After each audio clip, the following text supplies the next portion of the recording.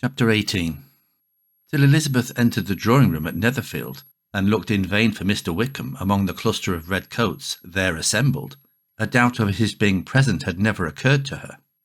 The certainty of meeting him had not been checked by any of those recollections that might not unreasonably have alarmed her. She had dressed with more than usual care, and prepared in the highest spirits for the conquest of all that remained unsubdued of his heart, trusting that it was not more than might be won in the course of the evening.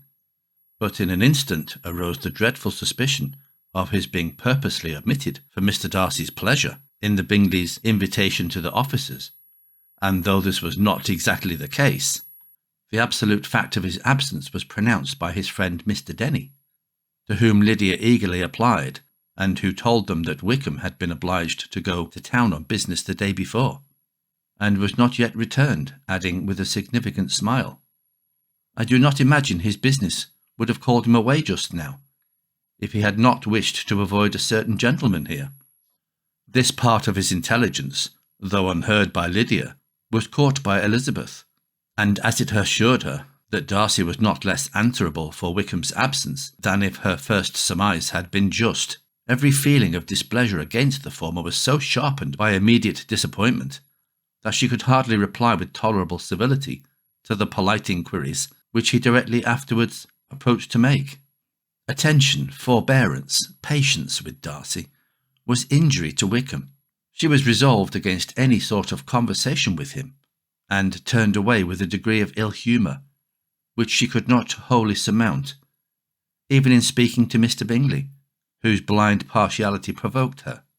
But Elizabeth was not formed for ill-humour, and though every prospect of her own was destroyed for the evening, it could not dwell long on her spirits, and having told all her griefs to Charlotte Lucas, whom she had not seen for a week, she was soon able to make a voluntary transition to the oddities of her cousin, and to point him out to her particular notice.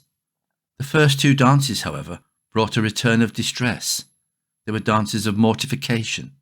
Mr. Collins, awkward and solemn, apologising instead of attending, and often moving wrong without being aware of it, gave her all the shame and misery which a disagreeable partner for a couple of dances can give. The moment of her release from him was ecstasy. She danced next with an officer, and had the refreshment of talking of Wickham, and of hearing that he was universally liked. When those dances were over, she returned to Charlotte Lucas, and was in conversation with her, when she found herself suddenly addressed by Mr. Darcy, who took her so much by surprise in his application for her hand, that, without knowing what she did, she accepted him. He walked away again immediately, and she was left to fret over her own want of presence of mind. Charlotte tried to console her. "I dare say you will find him very agreeable."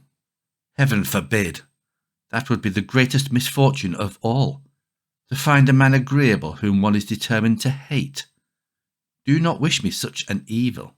When the dancing recommenced, however, and Darcy approached to claim her hand, Charlotte could not help cautioning her, in a whisper, not to be a simpleton, and allow her fancy for Wickham to make her appear unpleasant in the eyes of a man oftentimes his consequence. Elizabeth made no answer, and took her place in the set, amazed at the dignity to which she arrived in being allowed to stand opposite to Mr. Darcy, and reading in her neighbours' looks their equal amazement in beholding it. They stood for some time without speaking a word, and she began to imagine that their silence was to last through the two dances, and at first was resolved not to break it, till suddenly, fancying that it would be the greater punishment to her partner to oblige him to talk, she made some slight observation of the dance. He replied, and was again silent. After a pause of some minutes, she addressed him a second time with, "It is your turn to say something now, Mr. Darcy. I talked about the dance, and you ought to make some kind of remark on the size of the room, or the number of couples." He smiled and assured her that whatever she wished him to say should be said. "Very well, that reply will do for the present. Perhaps by and by I may observe that private balls are much pleasanter than public ones, but now we may be silent. Do you talk by rule, then, while you are dancing?" "Sometimes. One must speak a little, you know. It would look odd to be entirely silent for half an hour together, and yet for the advantage of some conversation ought to be so arranged as that they may have the trouble of saying as little as possible. Are you consulting your own feelings in the present case? Or do you imagine that you are gratifying mine? Both, replied Elizabeth archly, for I have always seen a great similarity in the turn of our minds. We are each of an unsocial, taciturn disposition, unwilling to speak unless we expect to say something that will amaze the whole room, and be handed down to posterity with all the eclat of a proverb. This is no very striking resemblance of your own character, I am sure, said he. How near it may be to mine, I cannot pretend to say. You think it a faithful portrait, undoubtedly. I must not decide on my own performance. He made no answer, and they were again silent till they had gone down the dance, when he asked her if she and her sister did not very often walk to Meryton. She answered in the affirmative, and, unable to resist the temptation, added, When you met us there the other day, we had just been forming a new acquaintance.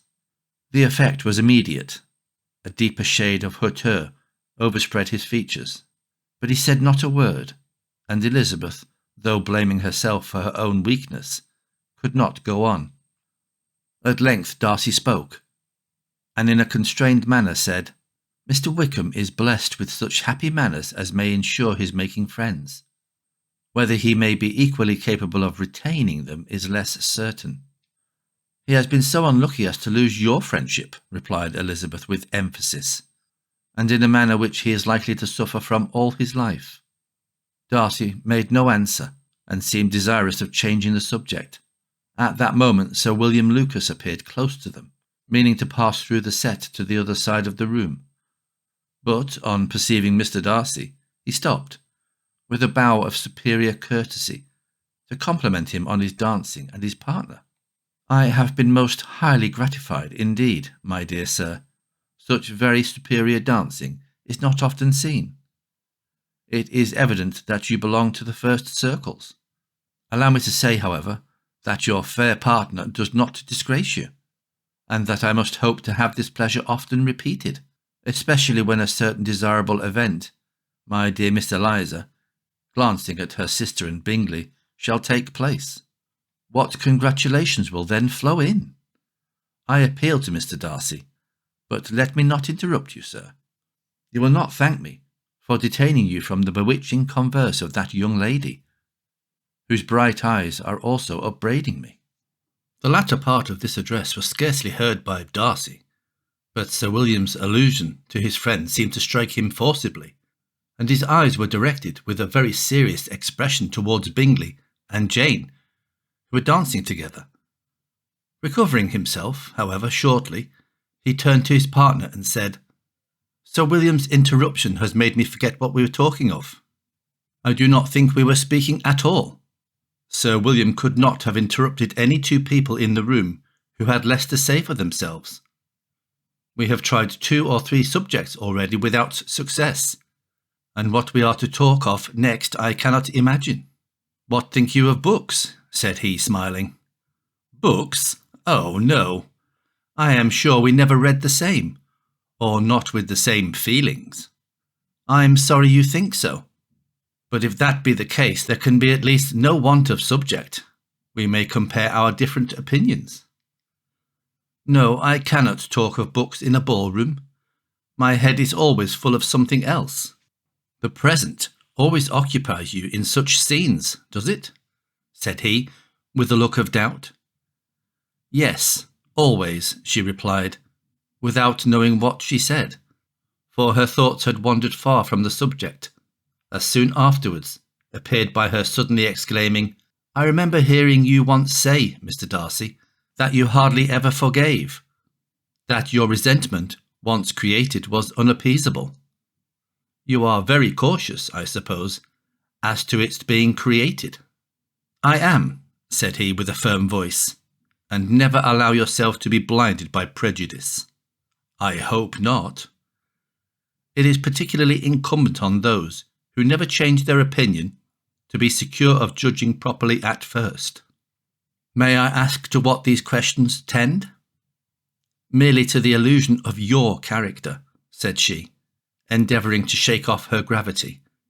"I am trying to make it out." "And what is your success?" She shook her head. "I do not get on at all. I hear such different accounts of you as puzzle me exceedingly." "I can readily believe," answered he, gravely, "that reports may vary greatly with respect to me. And I could wish, Miss Bennet, that you were not to sketch my character at the present moment, as there is reason to fear that the performance would reflect no credit on either.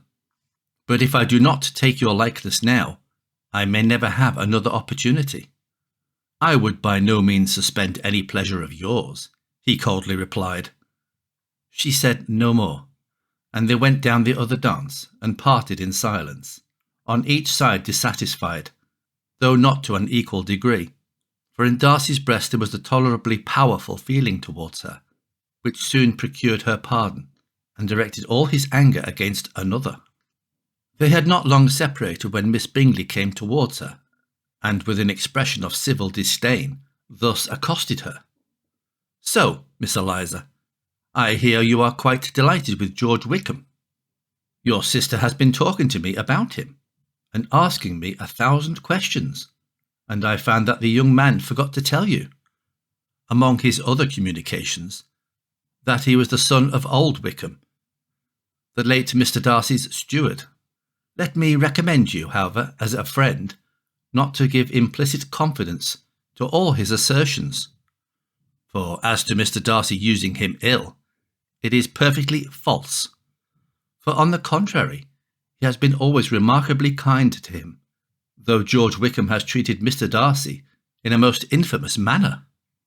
I do not know the particulars, but I know very well that Mr. Darcy is not in the least to blame, that he cannot bear to hear George Wickham mentioned, and that though my brother thought he could not well avoid including him in his invitation to the officers, he was excessively glad to find that he had taken himself out of the way. His coming into the country at all is a most insolent thing, indeed, and I wonder how he could presume to do it. I pity you, Miss Eliza, for this discovery of your favourite's guilt, but really, considering his descent, one could not expect much better." "His guilt and his descent appear, by your account, to be the same," said Elizabeth angrily, "for I have heard you accuse him of nothing worse than of being the son of Mr. Darcy's steward, and of that, I can assure you, he informed me himself." "I beg your pardon," replied Miss Bingley, turning away with a sneer. "Excuse my interference. It was kindly meant." "Insolent girl," said Elizabeth to herself. "You are much mistaken if you expect to influence me by such a paltry attack as this. I see nothing in it but your own wilful ignorance and the malice of Mr. Darcy." She then sought her eldest sister, who had undertaken to make inquiries on the same subject of Bingley. Jane met her with a smile of such sweet complacency, a glow of such happy expression, as sufficiently marked how well she was satisfied with the occurrences of the evening. Elizabeth instantly read her feelings, and at that moment solicitude for Wickham, resentment against his enemies, and everything else gave way before the hope of Jane's being in the fairest way for happiness. "I want to know," said she, with a countenance no less smiling than her sister's, "what you have learnt about Mr. Wickham, but perhaps you have been too pleasantly engaged to think of any third person, in which case you may be sure of my pardon." "No," replied Jane, "I have not forgotten him, but I have nothing satisfactory to tell you. Mr. Bingley does not know the whole of his history, and is quite ignorant of the circumstances which have principally offended Mr. Darcy. But he will vouch for the good conduct, the probity and honour of his friend, and is perfectly convinced that Mr. Wickham has deserved much less attention from Mr. Darcy than he has received. And I am sorry to say that by his account, as well as his sister's, Mr. Wickham is by no means a respectable young man. I am afraid he has been very imprudent, and has deserved to lose Mr. Darcy's regard. Mr. Bingley does not know Mr. Wickham himself. No, he never saw him till the other morning at Meryton. This account, then, is what he has received from Mr. Darcy. I am perfectly satisfied.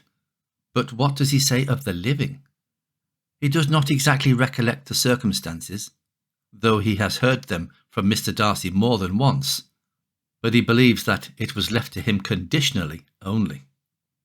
I have not a doubt of Mr. Bingley's sincerity, said Elizabeth warmly, but you must excuse my not being convinced by assurances only. Mr. Bingley's defence of his friend was a very able one, I dare say, but since he is unacquainted with several parts of the story, and has learnt the rest from that friend himself, I shall venture still to think of both gentlemen as I did before. She then changed the discourse to one more gratifying to each, and on which there could be no difference of sentiment. Elizabeth listened with delight to the happy though modest hopes which Jane entertained of Bingley's regard, and said all in her power to heighten her confidence in it. On their being joined by Mr. Bingley himself, Elizabeth withdrew to Miss Lucas, to whose inquiry after the pleasantness of her last partner she had scarcely replied, before Mr. Collins came up to them and told her with a great exultation that he had just been so fortunate as to make a most important discovery. "I have found out," said he, "by a singular accident, that there is now in the room a near relation of my patroness. I happened to overhear the gentleman himself mentioning to the young lady who does the honours of this house the names of his cousin, Miss de Bourgh, and of her mother, Lady Catherine. How wonderfully these sort of things occur! Who would have thought of my meeting with him? Perhaps a nephew of Lady Catherine de Bourgh in this assembly. I am most thankful that the discovery is made in time for me to pay my respects to him, which I am now going to do, and trust he will excuse my not having done it before. My total ignorance of the connection must plead my apology. You are not going to introduce yourself to Mr. Darcy. Indeed, I am. I shall entreat his pardon for not having done it earlier. I believe him to be Lady Catherine's nephew.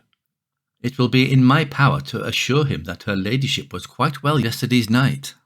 Elizabeth tried hard to dissuade him from such a scheme, assuring him that Mr. Darcy would consider his addressing him without introduction as an impertinent freedom, rather than a compliment to his aunt, that it was not in the least necessary there should be any notice on either side, and that if it were, it must belong to Mr. Darcy, the superior in consequence, to begin the acquaintance.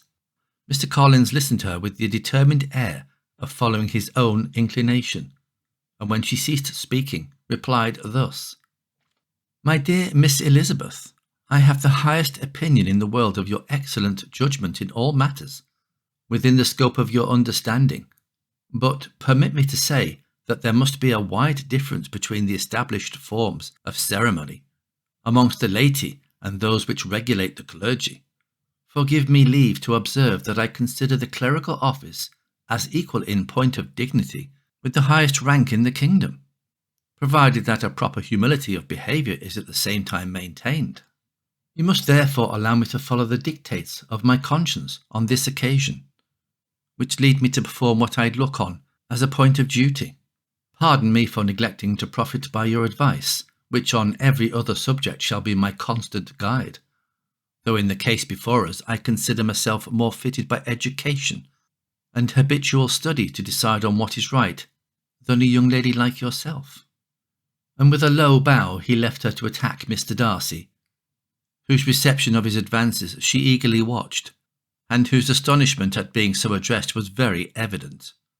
Her cousin prefaced his speech with a solemn bow, and though she could not hear a word of it, she felt as if hearing it all, and saw in the motion of his lips the word apology, Hunsford, and Lady Catherine de Bourgh. It vexed her to see him expose himself to such a man. Mr. Darcy was eyeing him with unrestrained wonder, and when at last Mr. Collins allowed him to speak, replied with an air of distant civility. Mr. Collins, however, was not discouraged from speaking again, and Mr. Darcy's contempt seemed abundantly increasing with the length of his second speech, and at the end of it he only made him a slight bow and moved another way. Mr. Collins then returned to Elizabeth. "I have no reason, I assure you," said he, "to be dissatisfied with my reception. Mr. Darcy seemed much pleased with the attention, He answered me with the utmost civility, and even paid me the compliment of saying that he was so well convinced of Lady Catherine's discernment as to be certain she could never bestow a favour unworthily. It was really a very handsome thought. Upon the whole, I am much pleased with him. As Elizabeth had no longer any interest of her own to pursue, she turned her attention almost entirely to her sister and Mr. Bingley, and the train of agreeable reflections which her observations gave birth to made her almost as happy as Jane. She saw her in idea settled in that very house, in all the felicity which a marriage of true affection could bestow, and she felt comfortable, under such circumstances, of endeavouring even to like Mr. Bingley's two sisters. Her mother's thoughts, she plainly saw, were bent the same way, and she determined not to venture near her, lest she might hear too much. When they sat down to supper, therefore, she considered it a most unlucky perverseness which placed them within one of each other, and deeply she was vexed to find that her mother was talking to that one person, Lady Lucas, freely, openly, and of nothing else but of her expectation that Jane would be soon married to Mr. Bingley. It was an animating subject, and Mrs. Bennet seemed incapable of fatigue while enumerating the advantages of the match. His being such a charming young man, and so rich, and living but 3 miles from them, were the first points of self-congratulation. And then it was such a comfort to think how fond the two sisters were of Jane, and to be certain that they must desire the connection as much as she could do. It was, moreover, such a promising thing for her younger daughters, as Jane's marrying so greatly must throw them in the way of other rich men. And lastly, it was so pleasant at her time of life to be able to consign her single daughters to the care of her sister, that she might not be obliged to go into company more than she liked. It was necessary to make these circumstances a matter of pleasure, because on such occasions it is the etiquette, but no one was less likely than Mrs. Bennet to find comfort in staying at home at any period of her life. She concluded with many good wishes that Lady Lucas might soon be equally fortunate, though evidently and triumphantly believing there was no chance of it. In vain did Elizabeth endeavour to check the rapidity of her mother's words, or persuade her to describe her felicity in a less audible whisper, for to her inexpressible vexation she could perceive that the chief of it was overheard by Mr. Darcy, who sat opposite to them. Her mother only scolded her for being nonsensical. "What is Mr. Darcy to me, pray, that I should be afraid of him? I am sure we owe him no such particular civility as to be obliged to say nothing he may not like to hear." "For heaven's sake, madam, speak lower. What advantage can it be to you to offend Mr. Darcy? You will never recommend yourself to his friend by so doing." Nothing that she could say, however, had any influence. Her mother would talk of her views in the same intelligible tone. Elizabeth blushed and blushed again with shame and vexation. She could not help frequently glancing her eye at Mr. Darcy, though every glance convinced her of what she dreaded, for though he was not always looking at her mother, she was convinced that his attention was invariably fixed by her. The expression of his face changed gradually from indignant contempt to a composed and steady gravity. At length, however, Mrs. Bennet had no more to say, and Lady Lucas, who had been long yawning at the repetition of delights, which she saw no likelihood of sharing, was left to the comforts of cold ham and chicken. Elizabeth now began to revive, but not long was the interval of tranquillity, for when supper was over, singing was talked of, and she had the mortification of seeing Mary, after very little entreaty, preparing to oblige the company. By many significant looks and silent entreaties did she endeavour to prevent such a proof of complaisance, but in vain. Mary would not understand them. Such an opportunity of exhibiting was delightful to her, and she began her song. Elizabeth's eyes were fixed on her with most painful sensations, and she watched her progress through the several stanzas with an impatience which was very ill rewarded at their close. For Mary, on receiving amongst the thanks of the table the hint of a hope that she might be prevailed on to favour them again, after the pause of half a minute began another. Mary's powers were by no means fitted for such a display. Her voice was weak and her manner affected. Elizabeth was in agonies. She looked at Jane to see how she bore it, but Jane was very composedly talking to Bingley. She looked at his two sisters and saw them making signs of derision at each other, and at Darcy, who continued, however, impenetrably grave.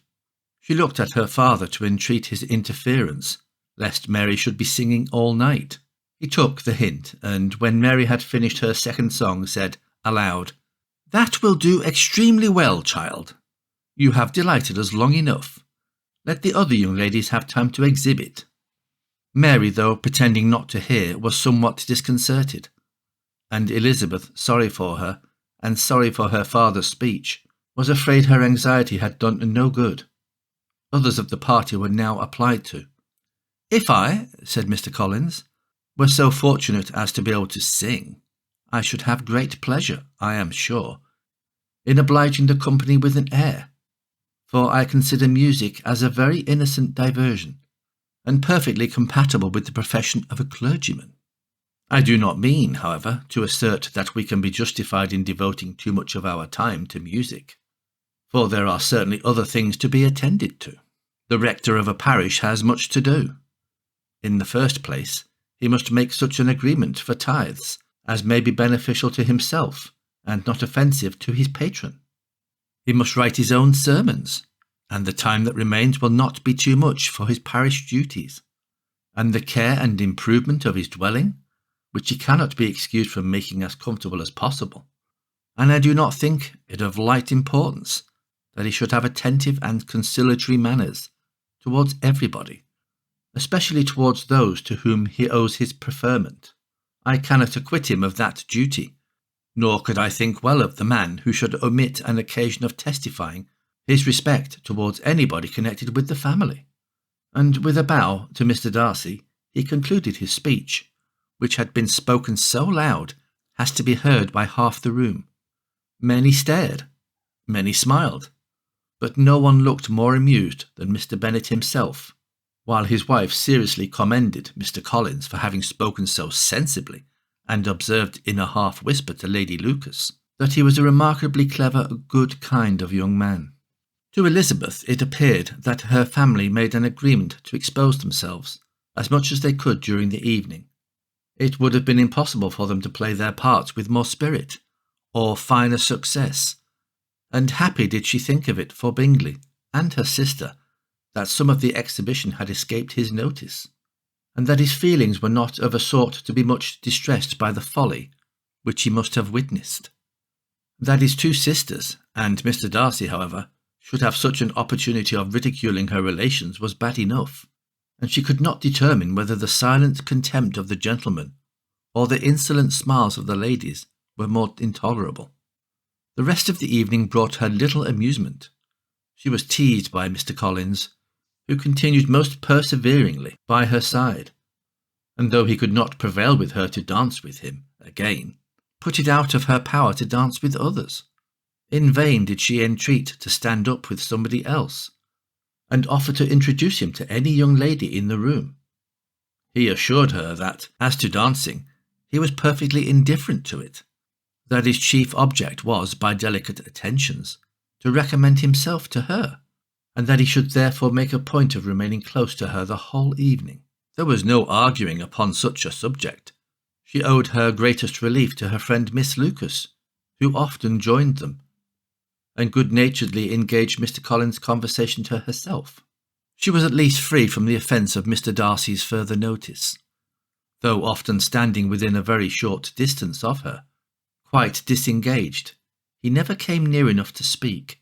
She felt it to be the probable consequence of her allusions to Mr. Wickham, and rejoiced in it.